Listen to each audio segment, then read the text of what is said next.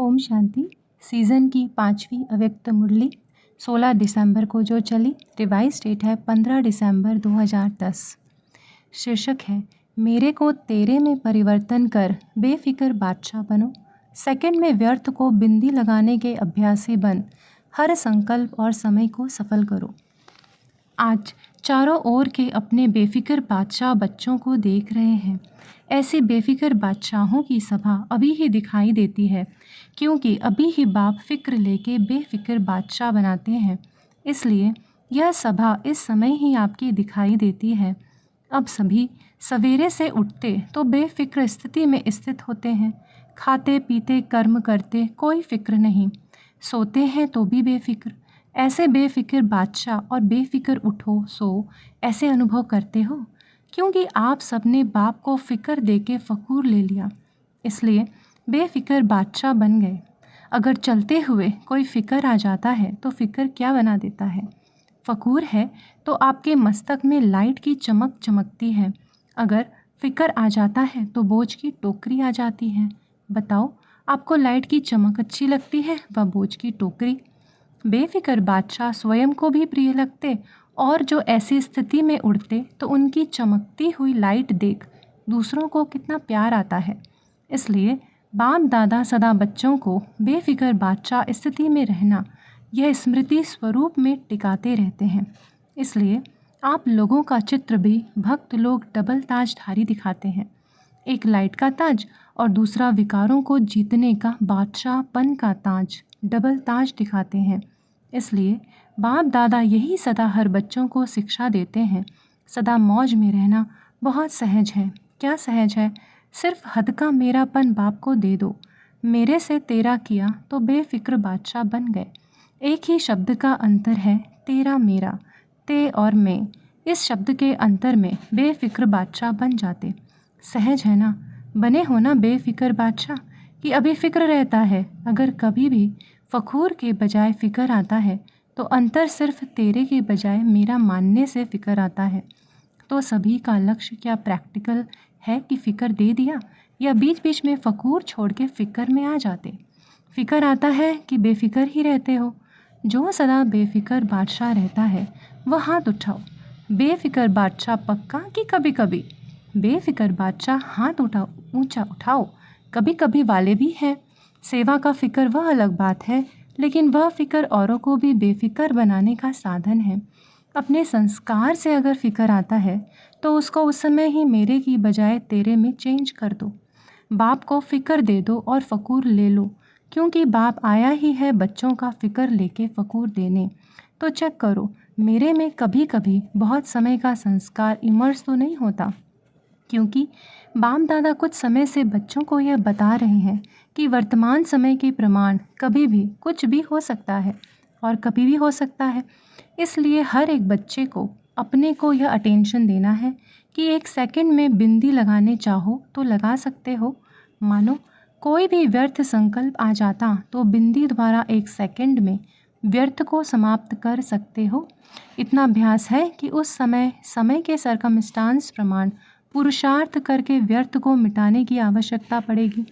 लगाओ बिंदी और लग जाए क्वेश्चन मार्क, क्यों, क्या, कैसे। उस समय यह सोचते रहे तो आने वाले समय में जो लक्ष्य है बाप के साथ चलेंगे। बाप तो सेकंड में बिंदु है और सेकंड भी बिंदु है और फुल स्टॉप भी बिंदु ही है। इतना अभ्यास है। इसके लिए अब से इस अभ्यास के अभ्यासी होंगे तो बाप समान श्रीमत का हाथ में हाथ देते हुए अपने घर पहुंच जाएंगे। इसलिए बाप दादा ने पहले भी सुनाया तो बातों का अटेंशन अंडरलाइन करो। दो बातें कौन सी?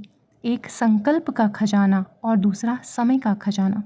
खजाने तो बहुत मिले हैं, ज्ञान का खजाना, शक्तियों का खजाना, योग द्वारा जो भी मुख्य संपन्न बनने की युक्तियां हैं सब प्राप्त कराई है, क्योंकि यह संगम का समय सारे कल्प में अमूल्य विशेष समय है। इस समय ही जितनी प्राप्ति करने चाहो उतनी कर सकते हो, क्योंकि यह एक जन्म महान जन्म है। एक जन्म में अनेक जन्मों का प्रारब्ध बनाने का है। संगम युग का समय एक सेकंड भी गंवाना नहीं है। एक सेकंड का कनेक्शन अनेक जन्मों के साथ है। जमा करने का एक वर्ष अनेक वर्षों की प्राप्ति का है। इसलिए इस समय की वैल्यू सेकंड या मिनट नहीं, एक घंटा भी महान है, एक सेकंड भी महान है। और संकल्प इस संगम के जन्म का विशेष आधार है। देखो, जो योग लगाते हो तो मन मनाभव कहते हो, और यह आधार है फाउंडेशन का। मन का काम ही है संकल्प करना। संकल्प द्वारा ही याद के यात्रा की अनुभूति करते हो। एक दो में भी खास भिन्न भिन्न संकल्प दे के अभ्यास कराते हो ना, तो सब चेक करो। समय की रफ्तार सारे दिन में चलते फिरते कर्म करते संबंध में आते अमूल्य रूप से रहा, क्योंकि समय अमूल्य है, संकल्प सर्वशक्तिवान बनाता है। तो बाप दादा बार बार कहते हैं, हे बाप दादा के लाडले दिल में बसने वाले बच्चे, अब व्यर्थ खाते को समाप्त करो, सफल करो। सफल करना ही सफलता है। एक सेकंड गया यह नहीं सोचो, हर सेकंड हर संकल्प सफल हुआ। इतना अटेंशन अपने ऊपर रखना ही है। इतना फुल स्टॉप लगाने की चेकिंग करो, अलबेले नहीं बनना। बाप दादा ने कहा था, लेकिन हमने समझा नहीं, समय को सोचा नहीं। इतना समय फास्ट जा रहा है, जाएगा। अभी अलबेलापन बाप दादा हर एक से लेने चाहते हैं।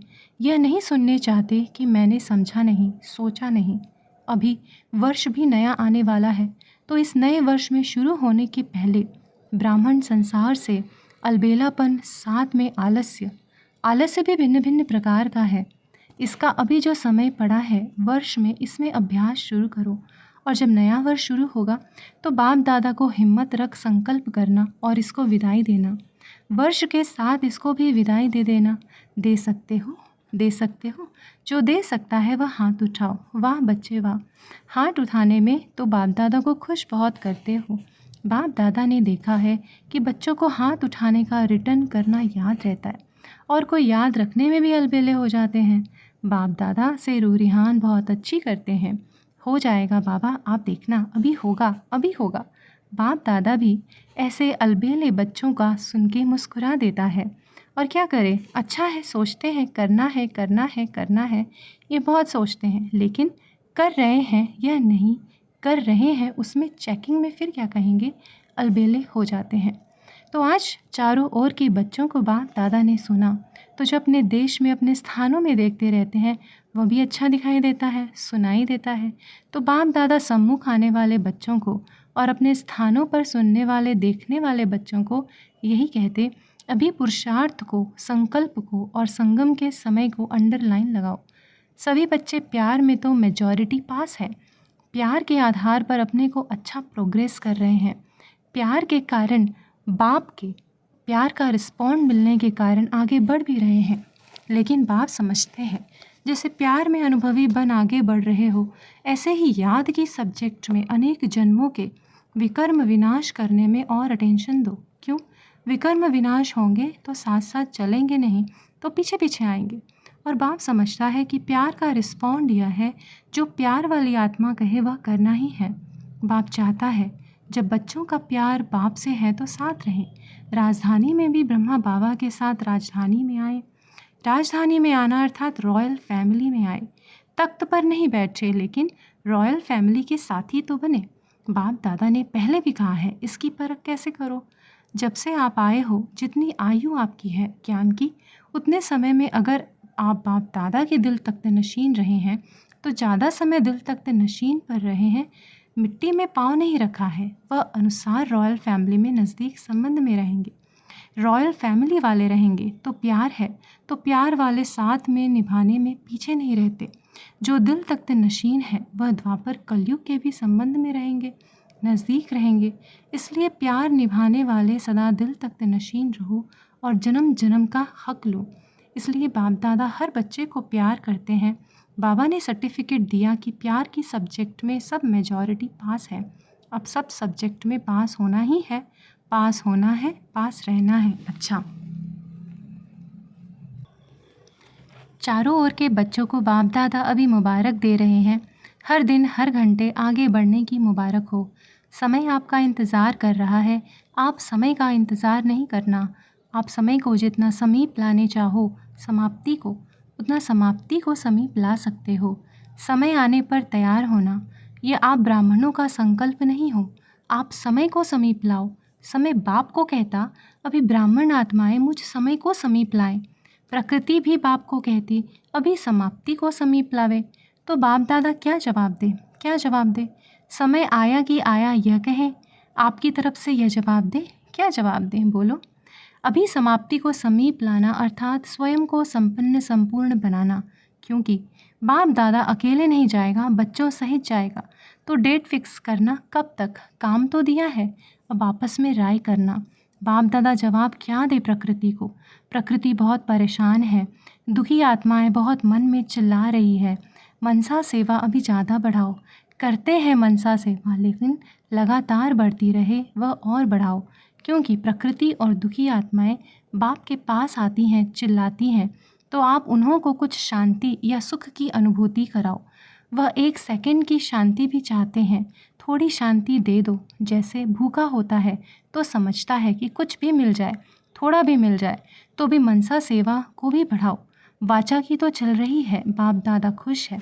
अच्छा, बाप दादा ने जो होमवर्क दिया वह याद रखना और याद रखवाना। अच्छा, बाप दादा के दिल तख्त नशीन बच्चों को विश्व कल्याण के कर्तव्य में सदा आगे बढ़ने वालों को बाप दादा दृष्टि देते हुए दिल का प्यार और मुबारक हो दे रहे हैं। हर एक बच्चा दूर बैठे भी सम्मुख अनुभव कर रहे हैं और बाप दादा सभी बच्चों को दिल में समाते हुए सभी बच्चों से नमस्ते नमस्ते कर रहे हैं।